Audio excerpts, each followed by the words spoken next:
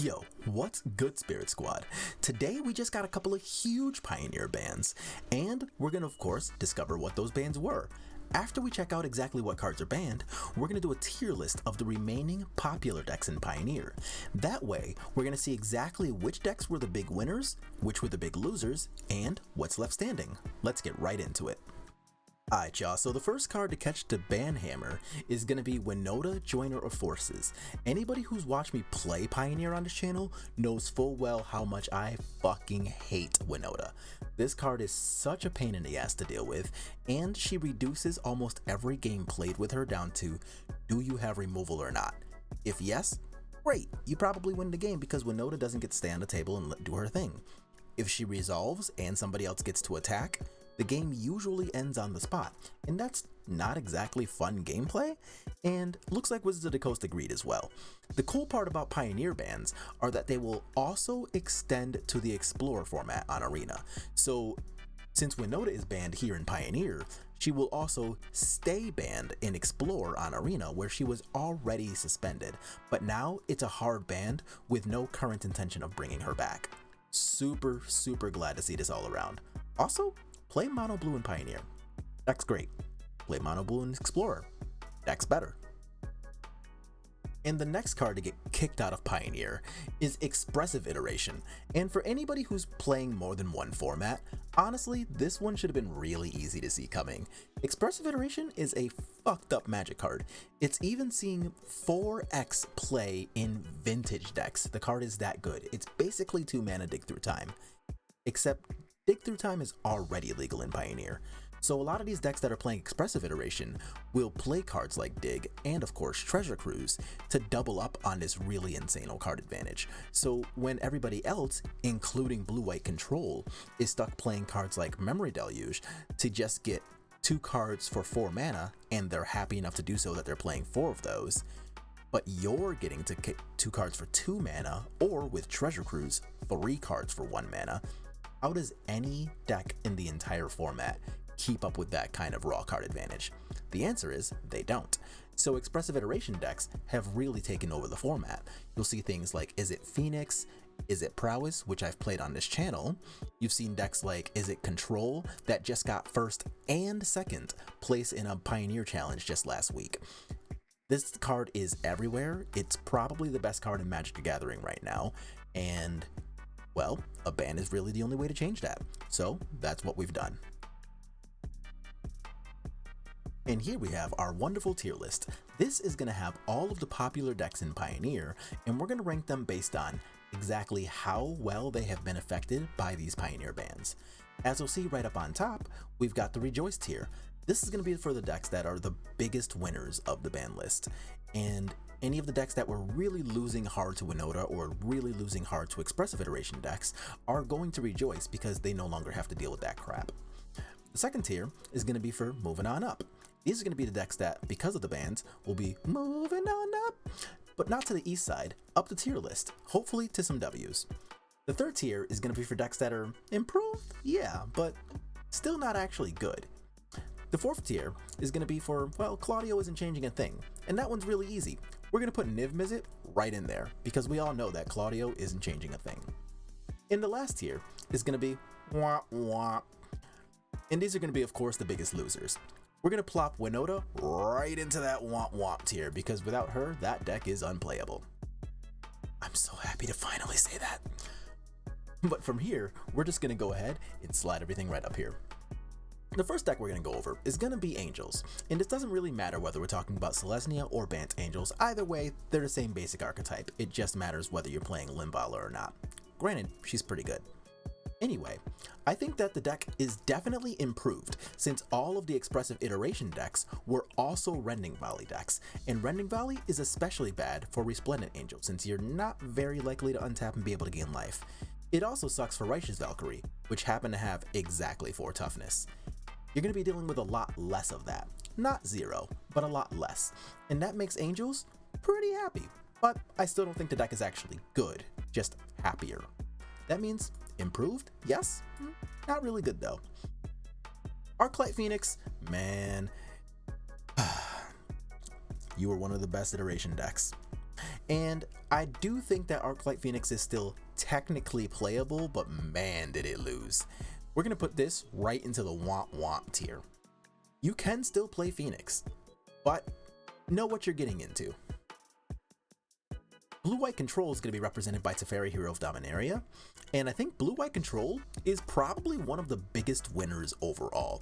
It was already pretty good and regularly top-8 Pioneer challenges, but not having to deal with the blue-red decks being able to outpace it with cards like Expressive Iteration, I think that takes Blue-White Control up a whole nother level, and it did have a decent Winota matchup because you were already playing cards like Supreme Verdict, so your Winota matchup was never bad, but the Expressive Iteration, miserable. I'm going to put this right in the moving on up tier. Spirits, of course, is going to be, I think, one of my biggest beneficiaries of the ban list. Ledger Shredder was already a problem trying to attack through it with, say, like a Mausoleum Wanderer or a Spectral Sailor, right? You're attacking your 1-1 into their 1-3, they get to connive if you try to catch up. Life's not typically great.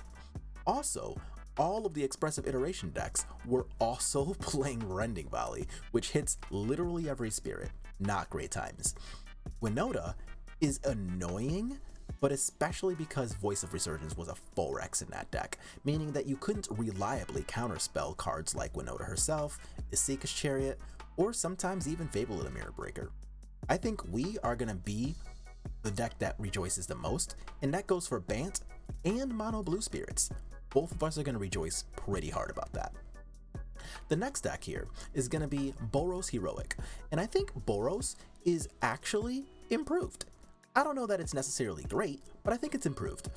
The reason for that is that a lot of the Winota decks could actually outpace you by just attacking with creatures, even though you can still just do your thing. You do your thing, they Brutal Cathar your thing, you're a little sad for one turn sometimes, and then they untap and Winota attack you. That's not a great place to be in. Or you're playing white creatures like Illuminator Virtuoso, Favored Hoplite, and you can still just get got sometimes by a well-timed Rending Volley. Not great. And that's even more true against the Izzet decks because they were already playing cards like Flame Blessed Bolt, like Rending Volley, like Red Cap Melee. And of course, you're playing a white and red deck, so Red Cap Melee hits half of your threats, Rending Volley hits the other half, and you're not typically happy to see either. Especially if your opponent's playing a Soulscar Mage deck, because you've done all of this hard work to put +1 counters on your creature, and Soulscar Mage, even if it doesn't kill your creatures with damaged things, you still are stuck dealing with -1 counters and taking away all your hard work. Bad times, but no more. Next deck here is going to be Burn, and I think Burn is like not really affected by this. Like, the iteration decks were already pumping through their deck with cards like Expressive Iteration itself, like Opt, like Consider, and Eidolon and a Great Revel, when it's on the table, doesn't really care if you play those cards. They actually want you to kind of waste turns trying to spin your wheels and get to your good stuff while they're just busy killing you. And I'm not going to say that it's necessarily a loss that Expressive Iteration is in the format for Burn, but it's not really a win either. So I'm going to put this in the not really changing a thing. Greasefang decks, oh boy, Greasefang decks are some of the biggest winners of this. They're not stuck dealing with cards like Rending Volley, again, to kill Greasefang itself because it's a white creature. It's not stuck dealing with Red Cap Melee for the red half of the deck because this deck does play cards like Fable Mirror Breaker, and Amardu version, it plays Blood Tithe Harvester, and you just like have so much cheap removal. And since they draw so many cards in the Izzet decks, they don't even really mind all the time Red Cap meleeing a copy of Greasefang to make sure you don't combo off, and the fact that they have to sacrifice a land because Greasefang's not a red creature, they're not even that sad about it because they're just going to untap and Treasure Cruise and draw 2 lands out of their 3 cards probably. So Greasefang is very happy to see the Izzet decks gone. And they're not necessarily sad to see the Winota decks gone either. You're playing a Greasefang deck which has some interaction, but it's not always enough to outpace even one Isika's Chariot. So oh, also, that deck played Rending Volley, so yeah, there's that. So I think Greasefang is going to be moving on up, not necessarily in the Rejoice tier, but definitely moving on up. Our next deck is going to be Izzet Control, and I think Izzet Control does lose something, of course, being Expressive Iteration. But I don't think blue-red control is going to be the biggest loser. Now, it did just win both first and second in a Pioneer Challenge, so it's going to take a definite hit. It's not going to be that dominant anymore, but you still have the entire rest of the deck, right? Like, you have the card that we're showing off here, Collective Defiance, and that combos really well with Narset Porter of Veils, so that's still just going to be a thing sometimes. But I do think these people are going to have to rethink the card advantage part of their shell, because they were already trying to combo off with Narset, but now you don't have as much free card advantage via Expressive Iteration anymore. So I think it is going to be in the Womp Womp tier, but I think it's going to be the best deck in the Womp Womp tier. So let's do it like this. We're going to actually order them. If I'm ordering them, I'm going to put Mono Blue Spirits ahead of Bant Spirits, I'm going to put Blue White Control ahead of Greasefang, and I'm going to put Heroic ahead of Angels. I'm going to put Burn ahead of Just Claudio. I mean, yes, there are technically other people playing Niv, but none of them are Claudio. He's the one doing all the winning. And I'm going to put Blue Red Control ahead of Phoenix and way ahead of the very dead Winota. Ledger Shredder is going to represent the Blue-Red Prowess deck. Now, Blue-Red Prowess is a deck that has options still, even with Expressive Iteration gone, but let's try that again. Expressive Iteration being gone is a definite hit to the deck. So you can still play other cards, like if you're playing a really aggressive shell with the Soulscar Mage, with the Monastery Swiftspear, with Kamano Faces Kakazan, then you're still going to be able to play cards like Light Up the Stage. Or if you want to keep the shell exactly the same as it is today, or was yesterday more accurately, then you can still play cards like Reckless Impulse, and that's Expressive Iteration Light, which is not the end of the world. Another option I've been hearing about is that you can still play Monastery Swiftspear and Soulscar Mage, both of which are humans, and then still play Sprite Dragon and Ledger Shredder, both of which are non-humans, and when you have any two of those on the table, that'll still give you access to Of One Mind. So I don't think all is lost, but they got some thinking to do, so I'm definitely going to put it in the Womp Womp tier. I think I'm going to put it ahead of Phoenix, but below Blue-Red Control. Another huge winner, I think, is going to be Lotus Field. Now, Lotus Field really did not appreciate the fact that the Winota deck could just play an elf on turn 1 and play a turn 2 Archon of Emeria, shutting down almost your entire strategy in just one card. Now, I have previously said that as a Lotus Field player, you did have access to cards that could kill Archon and immediately let you combo off, and I still think that's true, but I think Archon is enough of a pain in the ass, especially when it was a 4x in the Winota sideboards, to the point where it was just not a good time. And since you're not going to have to deal with that nonsense anymore, I think Lotus Field players are going to be really happy with that.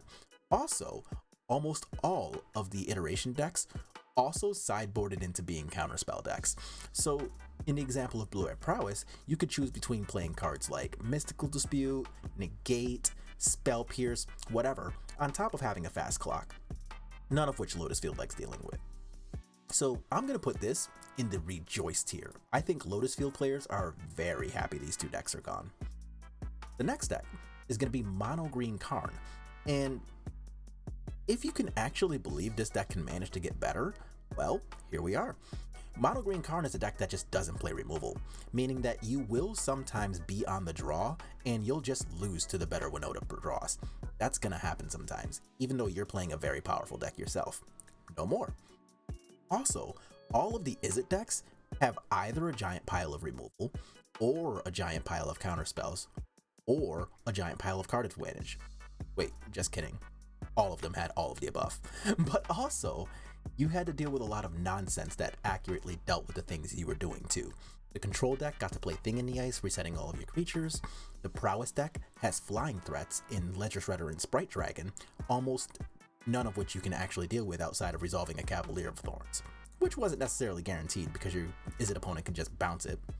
And Izzet Phoenix, the entire deck is flying, and some versions of that played Thing in the Ice too, neither of which you wanted to deal with. So the fact that all of those things are gone, I think this deck actually manages to improve, believe it or not. Graveyard Trespasser is, I think, one of the cards that,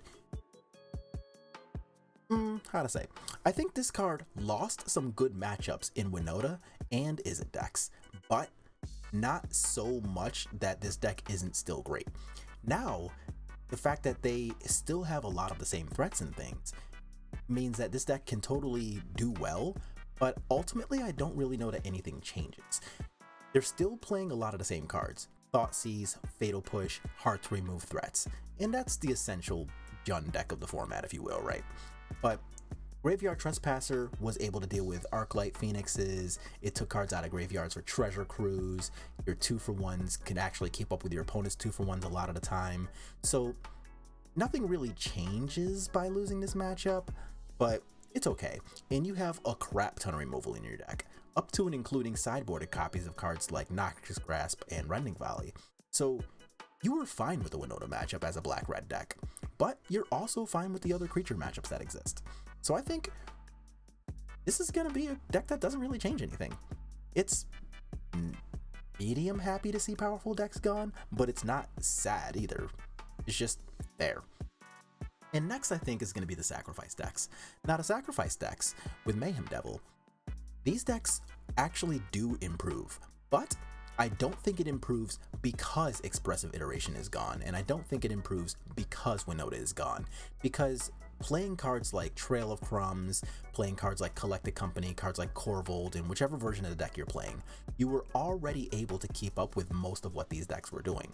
Mayhem Devil got to kill things like Llanowar Elves, Prosperous Innkeepers, all of the X1s that Winota plays, and you got to do Trail of Crumbs or Collected Company or Corvold to keep up with all of the card advantage the Izzet decks were playing.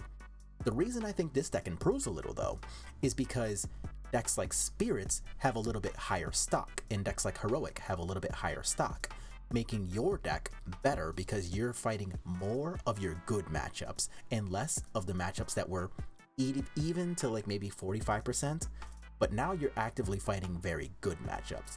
The more Spirits players exist, the happier Mayhem Devil is. So I'm going to put this as a deck that is improved, but not necessarily good. And if you look at this tier list now, we have a really even spread, which I think is exactly perfect for a metagame. You get to have a few decks that are happy, a few decks that are improving, a few decks that are improving just a little bit, some decks that don't change, and some losers in the bands that you actually put out on purpose. Overall, I'm pretty sure this is a W for Wizards of the Coast. That's why it starts with W, of course. That's going to be our tier list for today. Let me know what you think about my thoughts here, and put them right in the comments. Do you think your deck won or lost the exchange of the ban list? Were you playing one of the decks that got banned? Are you a Spirits pilot and rejoicing like I am? Let me know. As always, if you like what you're watching, make sure to like this video and let me know. Subscribe to the channel if you haven't already done so, and I'll see y'all in the next one.